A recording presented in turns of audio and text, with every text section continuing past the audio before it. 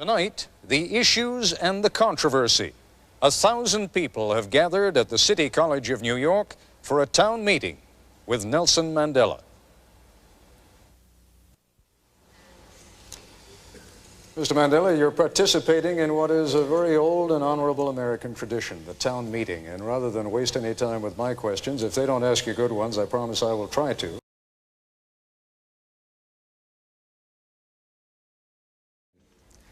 Those of us who share your struggle for human rights and against apartheid have been somewhat disappointed by the models of human rights that you have held up since being released in jail. You've met over the last 6 months 3 times with Yasser Arafat. Are these your models of leaders of human rights? And if so, would you want a Gaddafi or an Arafat or a Castro to be a future president of South Africa?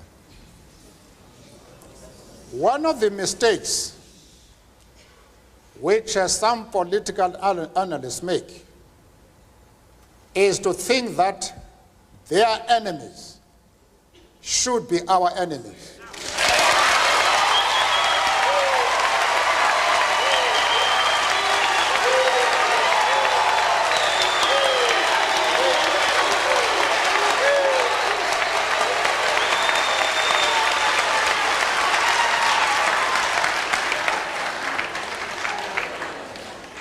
Our attitude towards any country is determined by the attitude of that country to our struggle.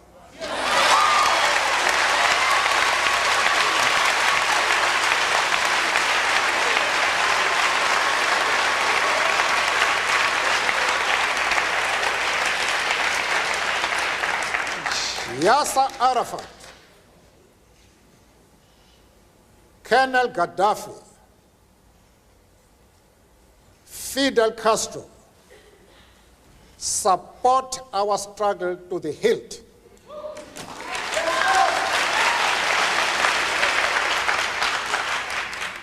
They do not support it only in rhetoric. They are placing resources at our disposal for us to win the struggle.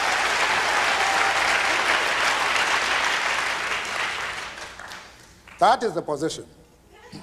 Mr. Mandela, as I mentioned to you before the program, we also have some distinguished guests sitting behind us, one of whom, Mr. Henry Sigmund, together with 2 other Jewish leaders, came to Geneva to visit with you precisely because they were so concerned not only by the kind of thing that you just said before the break with regard to Yasser Arafat, with regard to Libya's Colonel Gaddafi, but also because of the support that you seemed at different times to give to the PLO.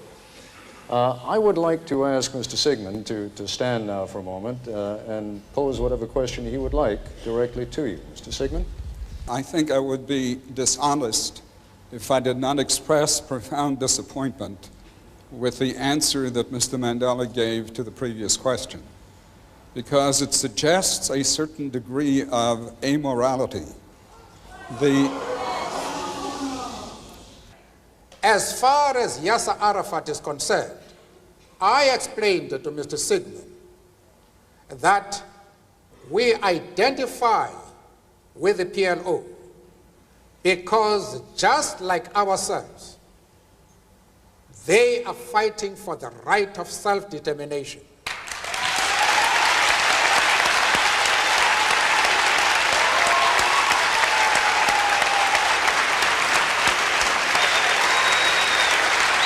Mr. Mandela. Thank you very much. We have ripped through the first part of this broadcast extraordinarily quickly. There are still a number of issues that we have to take up with Mr. Mandela, not the least of them being sanctions by the United States against South Africa. We will continue with that in the Nightline segment of this broadcast. Just a quick break now. We'll be back. And we are back once again at the City College of New York with Nelson Mandela. And Mr. Mandela, we have just heard a number of the things that you said in our hour between 10 o'clock and 11 o'clock this evening. Some controversial things, not the kinds of things necessarily that a very political man says. If you were very political, you might have been more concerned about not alienating some people in this country who have it within their hands, within their power, either to continue sanctions against South Africa or to raise those sanctions, to lift them. Why were you not a little more political? Perhaps we're too accustomed to politicians in this country. I do not understand what you mean. Perhaps if you clarify what you are referring to, I may be in a position to comment. What I'm saying is that in this country, for example, there has been for many years a close alliance between the Jewish population and the black population in the civil rights struggle. There is likely to be a rather negative reaction to some of the things that you have said. That reaction could very well cause people to call up their congressmen, their senators, and say, go ahead, lift the sanctions. Why not? After all, President de Klerk is doing a great deal against apartheid. Only today, in fact, his number 2 man, Gerrit Viljoen, said that the government perceives itself in South Africa as being part of the anti-apartheid struggle.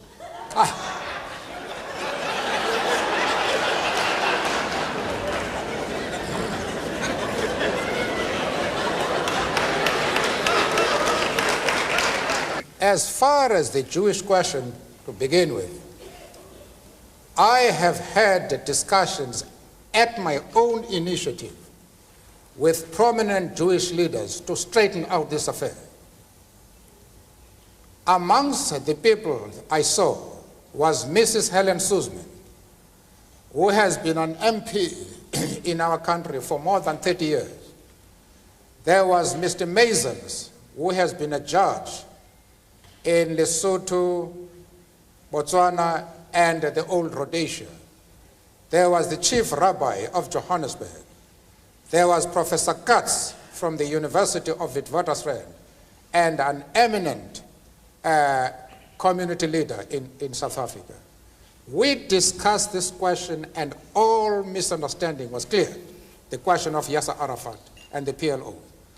I have also discussed the question with the Jewish leaders in the USA and very top people like Mr. Sigmund. We reached an agreement on this question and we saw eye to eye. Now, I don't know where your concern arises. The Jewish leaders themselves are able to determine their own affairs.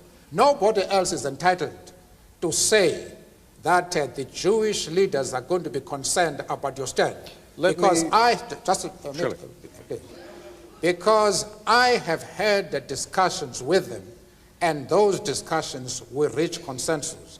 But there are matters, of course, in which we did not agree. But the position which we take as the ANC, I thought we were able to explain it in such a way that it removed the concern of the Jewish community. Let's broaden it out. I am still prepared to do that even in this talk.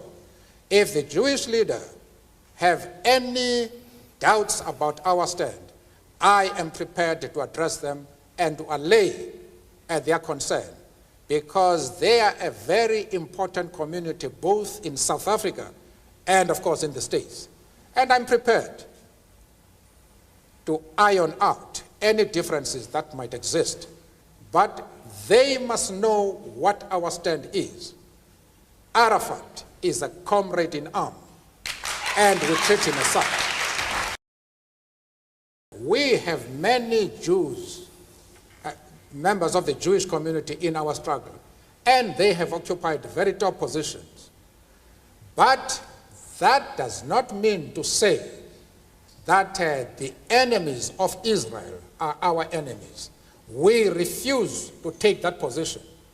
You can call it being political or a moral question, but for anybody who changes his principles depending on whom he is dealing, that is not a man who can lead a nation.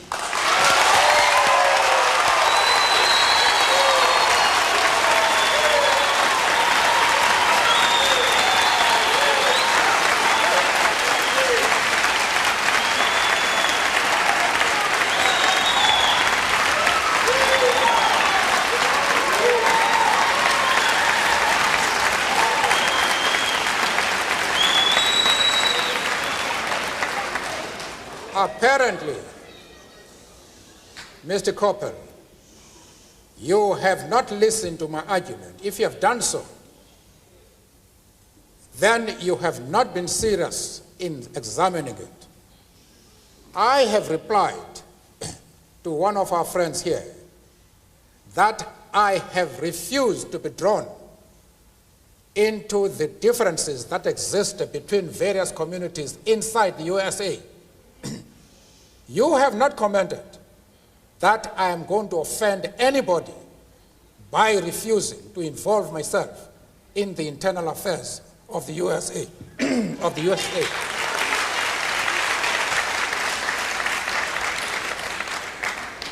Why are you so keen that I should involve myself in the internal affairs of Cuba and Libya? No. I expect you to be consistent.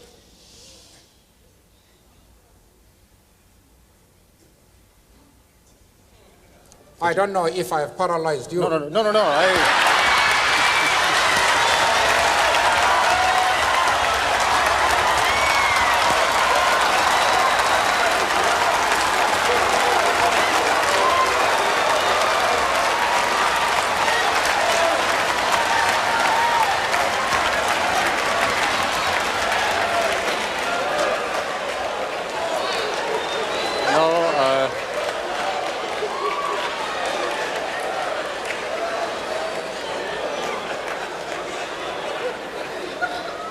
I'm Hasibonangu